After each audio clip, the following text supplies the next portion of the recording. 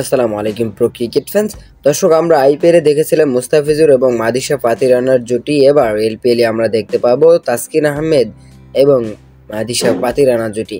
তো কিভাবে দেখবেন কেন বলছি, গতকালকে আমরা ভিডিও দিয়েছিলাম যে তাসকিন আহমেদকে কিন্তু কলম্বো স্ট্রাইকার্স বাংলাদেশি টাকায় 58 লাখ টাকায় কিন্তু তারা দলে ফিরিয়েছে। অপরদিকে মাদিশা পাতি রানাও কিন্তু কলম্বো স্ট্রাইকার্সে ফিরেছে।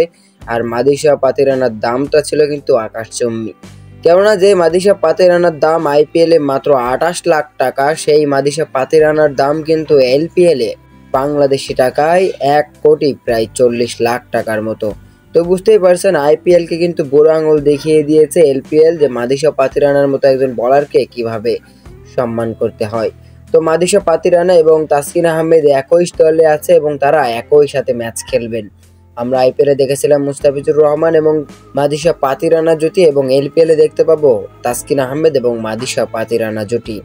তো দর্শক, আপনার কি মনে হয় মুস্তাফিজুর রহমান এবং মাদিশা পাতি রানা যে দুর্দান্ত পারফরমেন্স উপহার দিয়েছে ক্রিকেট প্রেমীদের, তাসকিন আহমেদ ও মাদিশা পাতি রানার এই জুটিটা কি পারবে এলপিএলে ক্রিকেট সমর্থকদের আরও বেশি উন্মাদনা দিতে?